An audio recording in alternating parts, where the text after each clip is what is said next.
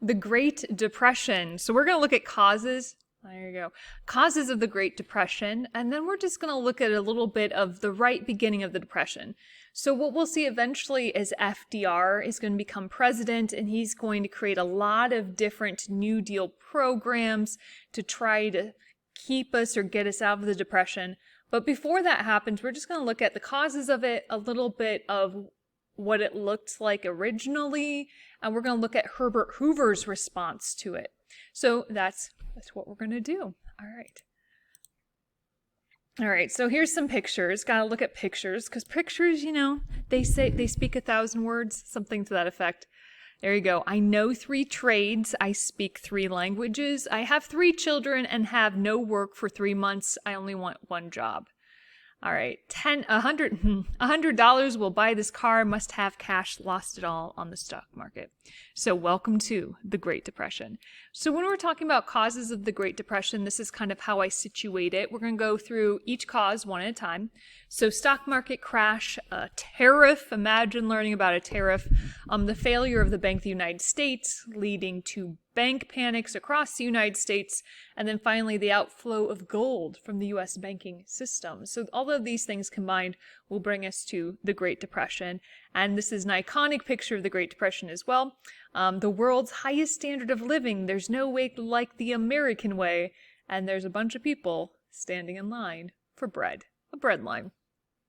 Fun fact, Al Capone actually, like the mobster from Chicago, he actually used his own money to fund a soup kitchen during the Great Depression. Fun fact. All right. I might have even said it before. So stock market crash. So first thing to understand is this. During World War I, as we know, we sold the American government, sold Liberty bonds or victory bonds as a way to raise revenue to actually then fight the war. And so people started to get used to buying what are called securities.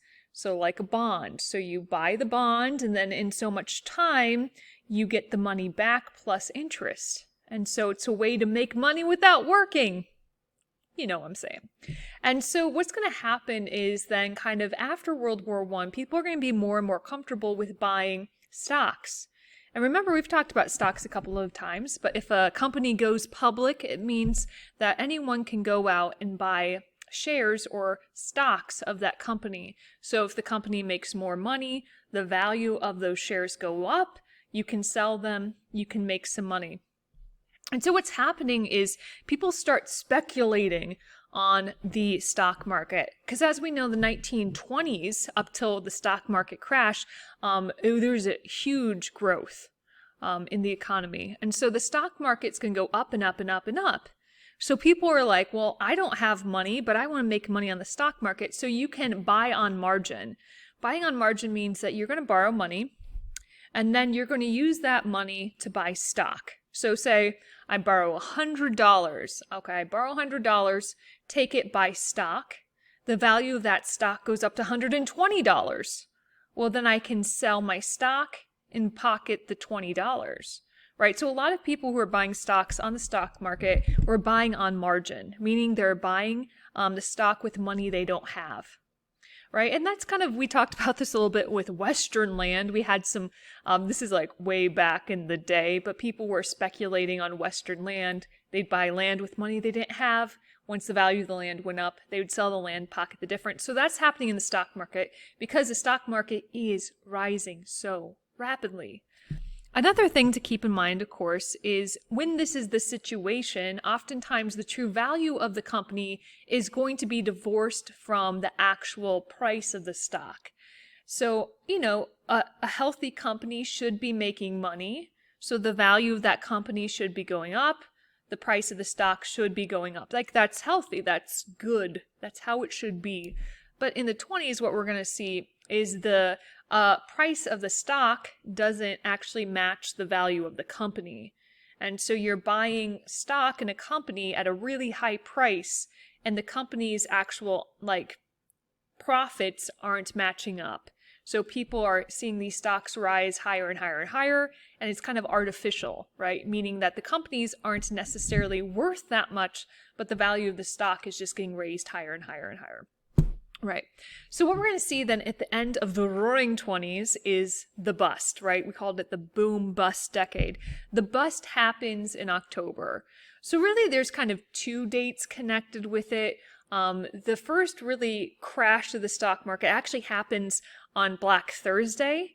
But then after that it stabilizes. But then that next Tuesday, Black Tuesday, which is the date you should know more than the other one. Black Tuesday, October 29th of 1929, the stock market crashes. And so really what's happening are people start to get nervous. So you have your stocks, you have your money in the stock market, and you're fearful that if the value of the stock goes down, you're going to lose money. So you want to sell your share before the value of the stock goes down. And so you start selling your share, and so people lose confidence and they start selling their shares. Then after a while, everyone's selling their shares and the value of those stocks are going to go down, down, down, down. So say maybe you spent $100 to buy stocks. Good for you. You're buying on margin, so you're borrowing money, buying $100 worth of stocks. Well, the stocks had been going higher and higher and higher. So let's say you had $150 worth of that stock because the value had gone up. Well, what's going to happen is once people start selling their stock, you're going to think, well, I need to sell my stock before the value goes down. But if you don't sell it quick enough, what's going to happen is the value is going to plummet. And maybe at the end of Black Tuesday, your stock that used to be worth $150 is only worth $20. So you see, like, obviously, this is going to be a very dire situation for those who had bought kind of stock at an inflated rate. Because not only are you losing your money, but now you're in debt because you can't pay back the loan, right? You bought it on margin. You bought it with borrowed money. So you are super screwed. Yes. Okay. Stock market crash. So here's the thing to keep in mind. Not everybody had money in the stock market.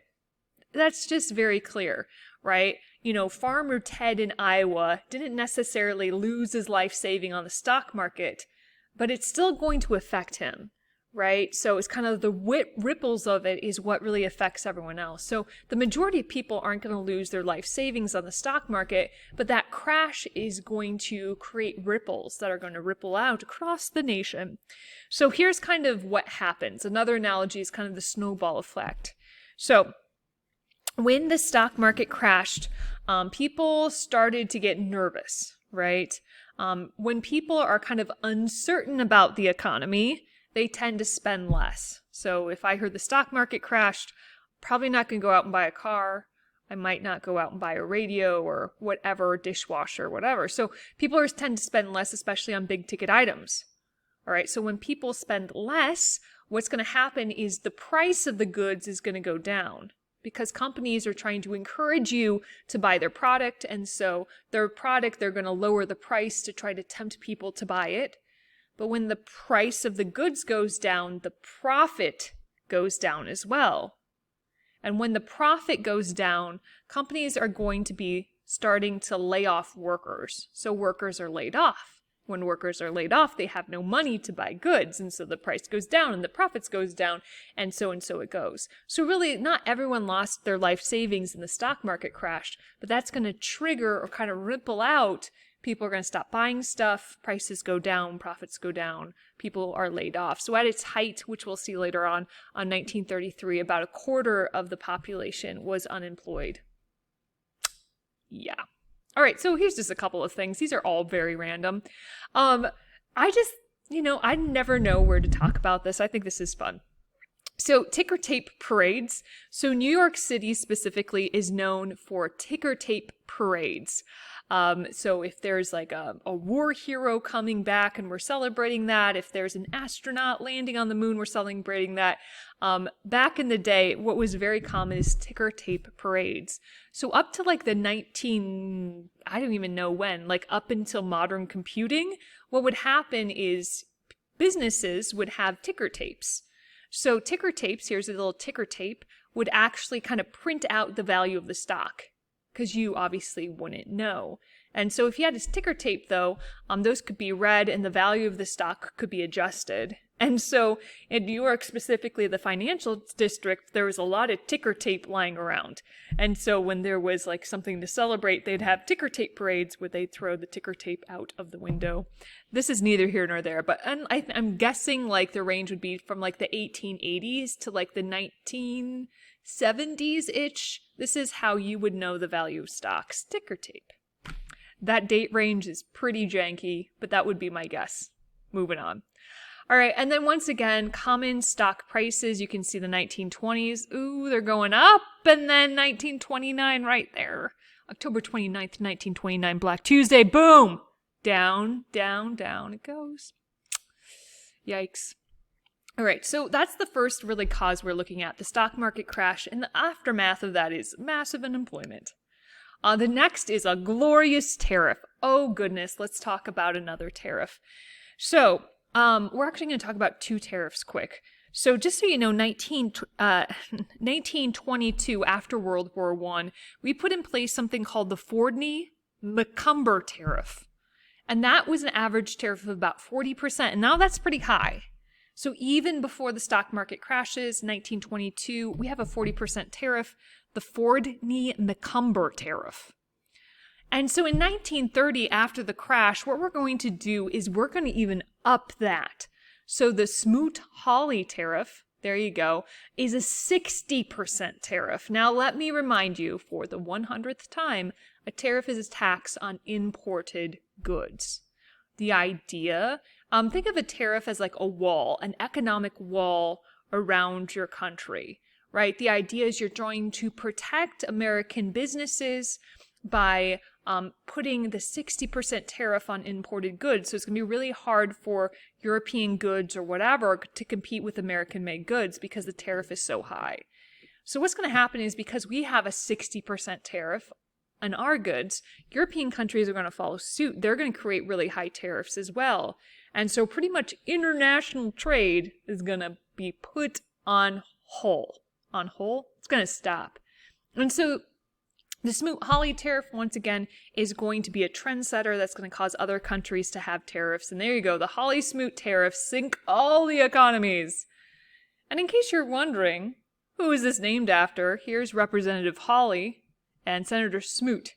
And so Representative Hawley had introduced it into the House of Representatives. Senator Smoot introduced it into the House. So the Smoot-Hawley tariff. Wow. Sink all the economies. No more trade. International trade. Who needs it? We got tariffs. When you got tariffs, what do you need? Nothing. That was a very weird tangent.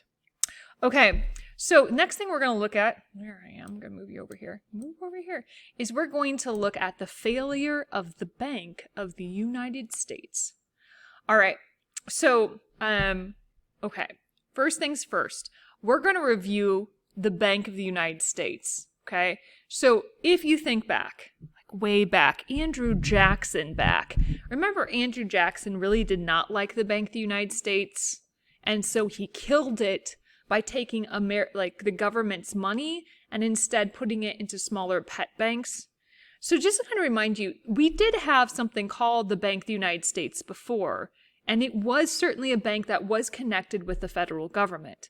So keep that in mind. Back in the day, there was a Bank of the United States, but it's been a hot minute since there was a federal bank connected, or like a bank connected with the federal government, right? Remember, at this point, by the 1920s, Woodrow Wilson had that Federal Reserve System, and so Wilson had totally changed the banking system. So keep in mind, in the 1920s, there is no official Bank of the United States connected with the government. Keep that in mind. Okay, so what's happening? So the Bank of the United States that fails is a bank in New York City. So this is a large commercial bank headquartered in New York, right? It's not connected with the government. It's not like a government sanctioned anything. But when people hear that the Bank of the United States fails, some people think that means that, the government, in a sense, is failing. So there's that kind of dimension of it.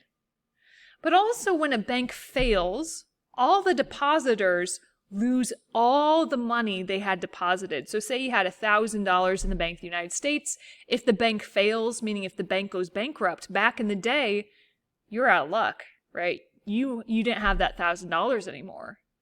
And so what happens is this large commercial bank fails. So what's happening is people are lining up outside the bank trying to withdraw their money because they're nervous they'll lose it.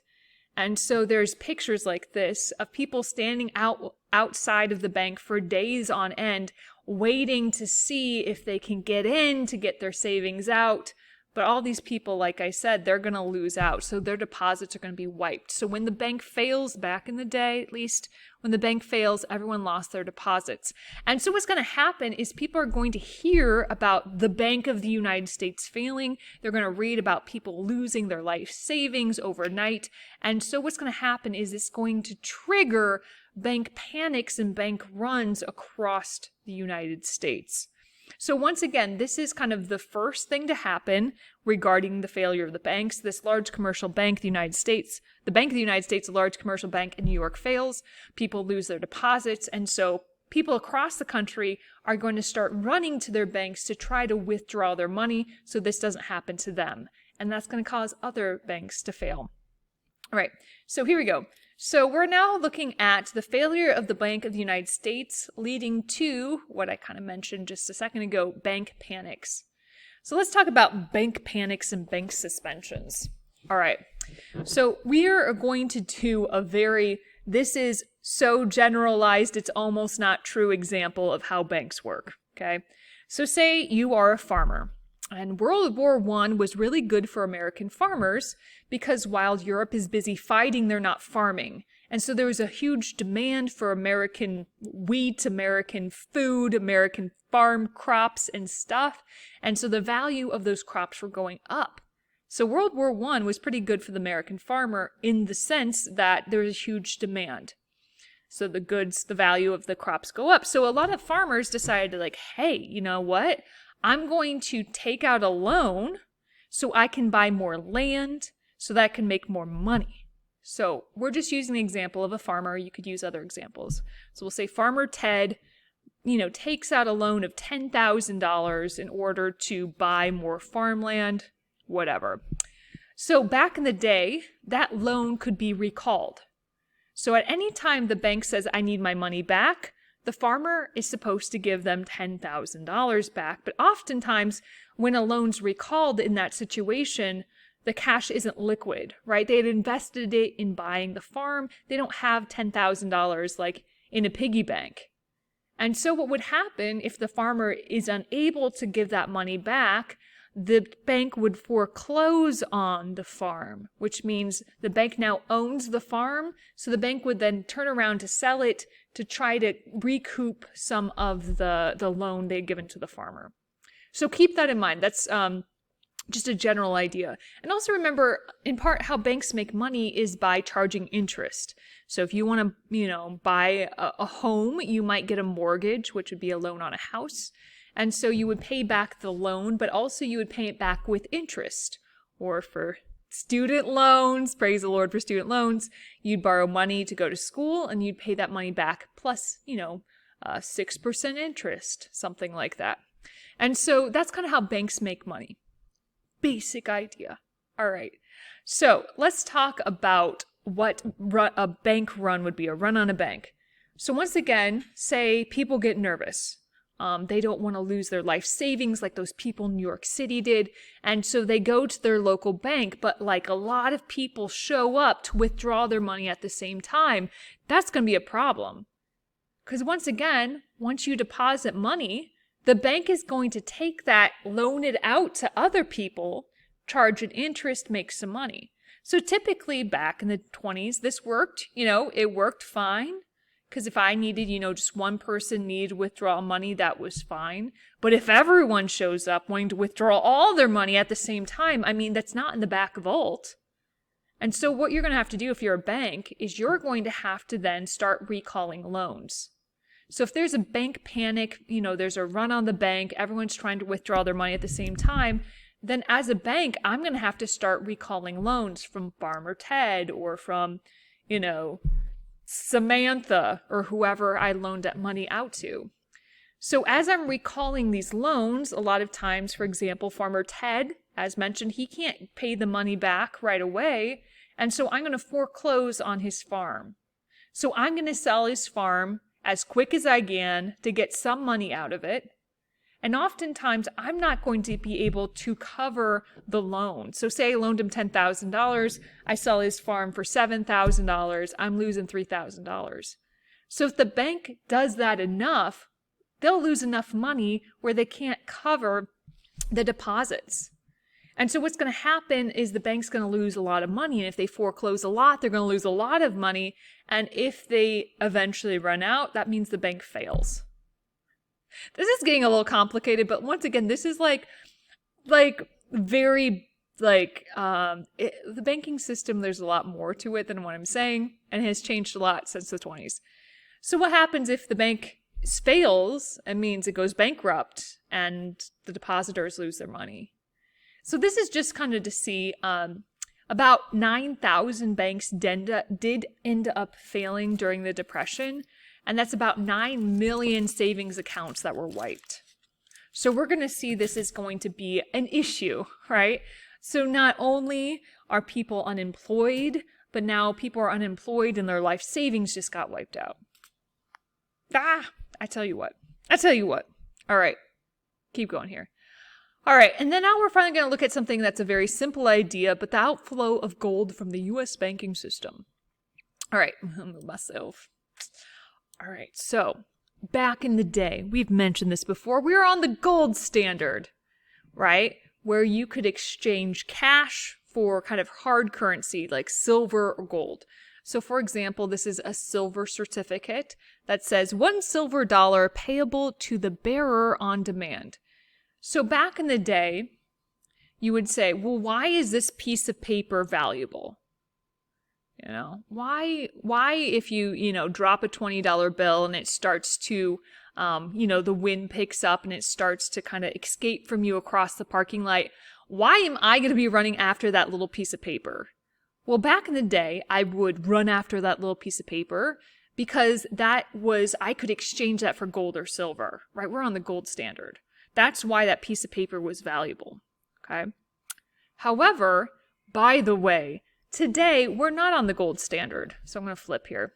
So by the way, 1933, for all intents and purposes, we kind of abandoned the gold system, although it officially ended in 1971, in case you're wondering. But going back here, what we have now, just as an FYI, is we have something called the fiat system. So the fiat system is saying, okay, why am I going to be running across the parking lot chasing after a $20 bill? Why do I consider this piece of paper to be valuable? Well, now it's not because it's connected to gold or silver. Now I know it's valuable because the government tells me it is, right? It's kind of this mutual agreement that this is going to be our common currency. And so here, it says instead of silver certificate, we have a Federal Reserve note. Thank you, Woodrow Wilson, for the Federal Reserve System. And instead of saying you can exchange this for gold or silver, we're saying, the government's saying this is valuable because we say it is, right? We're just going to have a mutual agreement that we need a currency. And so we're going to say this piece of paper is valuable because we're going to have this kind of the fiat system. We're just going to all agree that this is going to be our currency and that it's going to be valuable, okay? So kind of just as an FYI. So what does this have to do with the Great Depression? Well, let me tell you. Here you go. This note is legal tender for all debts, private and public and private. Anyway. All right. So what's going to happen is this. So in the 1930s, the United States was on the gold standard. I'm just kind of reading this. This means that the U.S. government would exchange dollars for gold at a fixed price. Commercial banks and the Federal Reserve held a portion of their reserves as gold coins and bars. A decrease in gold reserves would tend to make smaller the amount of cash in circulation, which is all it's saying is that, let's just simplify this. So say I exchange, sorry about that, someone walked in. Anyway, so long story short, what was happening is people were going to banks and exchanging cash for gold. So what's going to eventually happen then is we're not going to have enough money in circulation, right? And so also another idea is this. So banks were required to have a certain amount of gold, if that makes sense, in reserves. So when people are exchanging cash for gold, right, the reserve in the bank's going to go down. So when the reserve in the bank's going to go down, that's a problem because there's a minimum amount of gold they would need in the bank. And so when that reserve goes down, that's going to force the bank as well to go and start recalling loans so they could supplement that, if that makes sense. So long story short, if that didn't make any sense at all, just realize that this is pretty much the beginning of the end of the gold standard. And the problem is we're not going to have enough money in circulation. In fact, the money supply fell about 30%. And, you're going to need currency for a functioning economy. Anyway, sorry that was kind of janky, but you kind of get the basic idea. We're pretty much saying goodbye to the gold standard. At least this is the beginning of the end. And our currency is going to drop about 30%. Okay, moving on. All right, so depression impacts on lives. Well, I'll just go over here. There's, different numbers kind of help give an indication. I suppose living through it is probably very different than just looking at these numbers, but we got to try something. So here's some numbers. You can write these down. So at its peak, the worst part of the depression was 1932, 1933. At its height, the unemployment rate, like I mentioned, it was about 25% in 1933. The average income went down about 40% from 1929 to 1932. So remember, at the end of 1929 is when the stock market crashed. And so that went down from 2,300 to about 1,500 a year. Also, we're going to see a lot of husbands, about 1.5 million husbands walk out on their families during the Great Depression. And the stock market prices aren't going to reach their pre-depression levels until after World War II, until 1954. So that's about 10 years after the World War II. Another thing we'll see just connected with the Depression are lots of things connected with, unfortunately for him, Herbert Hoover. Because, of course, Herbert Hoover, president from Iowa, was in office when the stock market crashed. And so we'll see things, for example, like Hoovervilles. So because we have a huge unemployed, homeless population, a lot of the major cities had these shanty towns or a certain area of town where the unemployed or the homeless would build these kind of little shacks and kind of live together in this Hooverville or the shanty town. So most of the major cities had these. So we'll look at some pictures here. But this is just some numbers to give you a sense. All right, so here's some lovely pictures. So here is a guy just constructing a Hooverville. So this guy is in Seattle. Well, he's helping construct a Hooverville. He has one house in a Hooverville. This is also from Seattle, so you can see how massive this Hooverville was. But I guess Seattle has pretty fair weather, so if you had to be in a Hooverville, Other things connected with Hoover that probably won't be on a test, but just so you understand. So if you had an empty pocket with no money in it, and this would be called a Hoover flag. Also, Hoover wagons. So remember, cars are expensive. You have to pay for gas. If they break, you have to fix them. And so what people would do during the Great Depression is they just take the engine out of their car and use it as a wagon. And so they call this a Hoover wagon, where you'd have a horse-drawn car. Other lovely Hoover things that are available today are Hoover leather is cardboard. So who needs leather shoes when you could have Hoover leather, which I'm pretty sure are vegan. So vegan leather, the OG edition. All right. Hoover blankets are, of course, newspapers. And so there's just a whole series of Hoover items available for you who are living in a Hooverville, thanks to the Great Depression. All right. So that's just kind of a little bit of impact on lives, a little facts and figures, some things you can see. So speaking of Hoover, he is president when the stock market crashes. And so we're going to see his response. Some of his response is negative, like the bonus army and his actions towards it. Some of them are positive, like he's going to try. But really just kind of keep in mind this. Remember, Herbert Hoover, he is a president of the 1920s, right? He's a conservative Republican. And the idea is he's there to uphold the Constitution. He's not a progressive president. He doesn't see that as the role of the government. Remember, a laissez-faire approach to the economy, right? Let the economy alone. The economy takes care of itself sort of guy.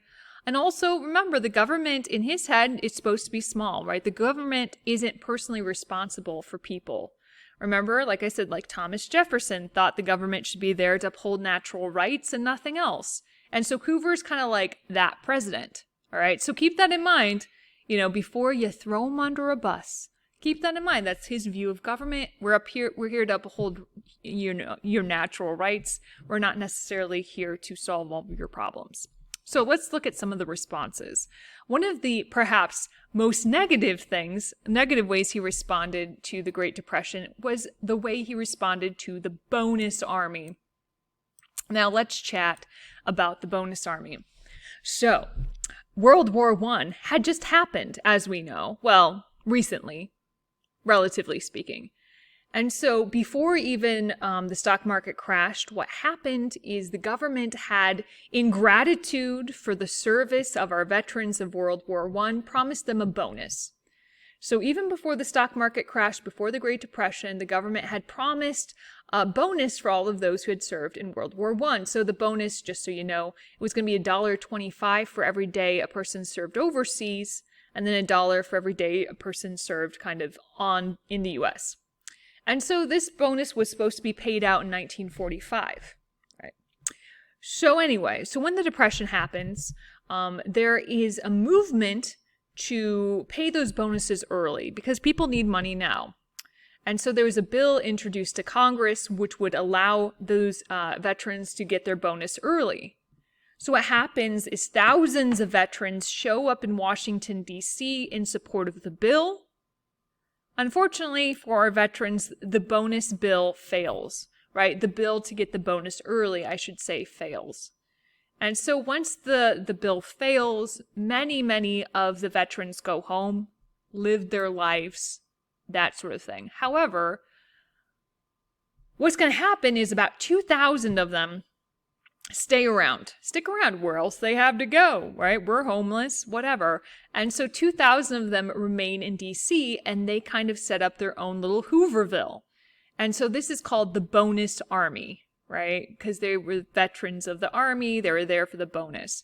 And so they set up this Hooverville. And so you can see it's actually fairly close to the Capitol. So here's where Congress meets, and then here's the Hooverville in flames. More on that in a minute.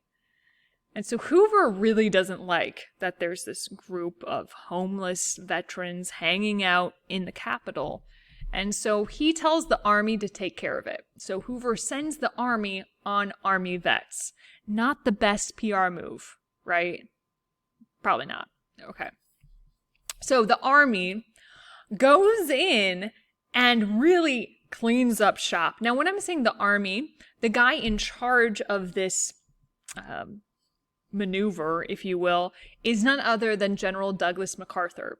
So spoiler alert, General Douglas MacArthur is going to be like a war hero. He's going to be leading the kind of a leading general in the Pacific Theater against Japan during World War II. So just so you know, he's like a big deal, but later on. So it's General Douglas MacArthur. His sidekick in this deal is General Eisenhower. Eisenhower is going to be one of our major generals, a future president of the United States. Anyway, and even General Patton. You might remember General Patton. He's going to be World War II as well. So anyway, we'll get to General Patton and Eisenhower later, but like a lot of like war heroes in World War II are actually in charge of this operation, if you will. So General MacArthur maybe goes a little bit overboard. So he sends in tanks.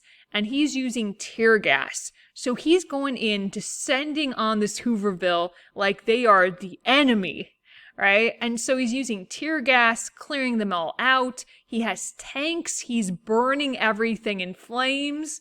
And so from the Capitol, you can see the smoke rising from this Hooverville, and people are looking at this and they're thinking, what in the world is going on? These are our heroes. These are veterans of World War I. And this is how Hoover responds by, sending in tanks and, terrorizing them. And so once again, not that Hoover really ever had a chance of winning a second term, but after this, there's zero chance. So the bonus army. Burn down all of the Hoovervilles. That's what Hoover had to say. Moving on. So that's perhaps a negative reaction to the events of the Great Depression. But Hoover does try. Remember, Hoover is really known as this great humanitarian. He saved all of the people in Belgium from starving during World War I. Remember that? Right? He's used to trying to help out people. So he does a couple of things to attempt to help. But once again, remember, he has in his head, which is fine, that, the government's not here to assist the individual. The government's not here to mess with the economy. We're here to uphold your natural rights, right? And so there's two things he does. The first is the RFC, the Reconstruction Finance Corporation, the RFC. And the Reconstruction Finance Corporation is going to give $2 billion with a B, $2 billion to help bail out big business. Right, so think like banks, think corporations, think the railroad. So he's giving $2 billion to try to bail out big business. And they're $2 billion in loans, by the way. And the whole idea is if you could keep big business afloat, the idea is that you could save jobs. So he's trying to kind of stop the bleeding, if you will. $2 billion in loans to big business, banks, railroads, large corporations, things like that. Something else he does is creates the President's Organization on Unemployment Relief, also known as POUR, President's Organization on Unemployment Relief. And what this is doing is it's an attempt to help coordinate local relief efforts, or to kind of coordinate local welfare agencies. The government's not actually pouring any money into these local soup kitchens or whatever, but they're just simply going to try to organize or coordinate local relief efforts. Of course, the issue they're going to run into is really quickly the demand on these agencies is going to outpace their resources. And so it's kind of too little too late. It was something he was attempting to organize, to coordinate, but once you run out of money, that's going to be the main issue. And so President's Organization on Unemployment Relief doesn't go very far. But, I'm a Herbert Hoover fan, You saved Belgium, Herbert Hoover. At least he tried something. That's something. All right, so that's neither here nor there. That's Hoover's response. A negative response for sure with the bonus army, but he does try a couple of things. RFC, POUR, you got to give him some credit. Maybe you don't, but I do. Anyway, the Dust Bowl. So, the Great Depression. So the Great Depression is an economic nightmare. So you take the Great Depression and you sprinkle in a little of nature hate and you get the Dust Bowl. Nature hate. That's a phrase I've never used before. So let's talk about the Dust Bowl. So the Dust Bowl is kind of overlapping with the Great Depression to equal a lot of human misery. So let's talk about what it is and where it is. So the Dust Bowl, here is the Dust Bowl. You can see it's the heat of it is going to be kind of northern Texas, Oklahoma, Kansas, that sort of thing. So what we're going to see in the Dust Bowl is this. So we're going to look at the causes quick. All right, so just so you kind of understand why we have this Dust Bowl. So there's an extended drought. So not a lot of rain, really hot temperatures, so very dry.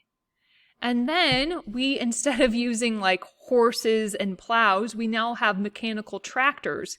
And so we're going to see more topsoil kind of disked or turned out than ever before. So there's a lot of loose topsoil, and it's very dry topsoil. And then there's wind erosion. So the wind's going to come up, pick up the dust, and move around the topsoil. So in case you don't know, the topsoil is the most valuable part of the soil. That's where all the nutrients are. So if you don't got topsoil, you don't have soil where you can really plant crops. And so what we're going to see kind of a signature of the Dust Bowl are these dust storms. So as this kind of loose, dry topsoil is hanging out there, the wind's going to come in, kind of pick that up. And so kind of, like I said, kind of a key photo here. This is a modern day photo. I just like that it has colors on it. This still exists, but here's a Dust Bowl photo. So you can see these huge dust storms, right? So that's a part of it. But really the aftermath is you don't have land you can farm anymore, right? Not to mention it's a drought, so not that crops will grow anyway. And so kind of on top of this economic depression, we have another level of just like Mother Nature not liking you. And so this is going to be lasting about 10 years. And so the Dust Bowl specifically is talking kind of about this region. All right, so what's going to happen is a lot of people live in this region aren't going to be able to make ends meet. They're not going to be able to make a living. And so what we're going to see is a lot of families, many families go from Oklahoma and travel to California to try to get work. Those who are leaving Oklahoma get the nickname of, wait for it, Okies. So Okies are families from Oklahoma who, pack up the family and all of their belongings in this old jalopy and head out west to California to try to get a job. Typically, they're working in very menial jobs. Typically, they're harvesting crops. And so like fruit trees, peas, things like that. So they're harvesting crops, very poor conditions. And like I said, conditions only maybe sort of slightly improved from what they left in Oklahoma. Along with that, one of the books is the plural of book. Books to come out of that is two things. So John Steinbeck writes 2 novels about the experience of these Okies as they're traveling from Oklahoma to work as migrant harvesters in California. One, of course, is The Grapes of Wrath, the other one of Mice and Men. Both of them really unpack the stories of the hardships these families faced as they moved west. So a couple, I guess, other kind of facts or figures here. By 1940, 2.5 million people have left the Great Plains. They're just saying there's no way to make ends meet.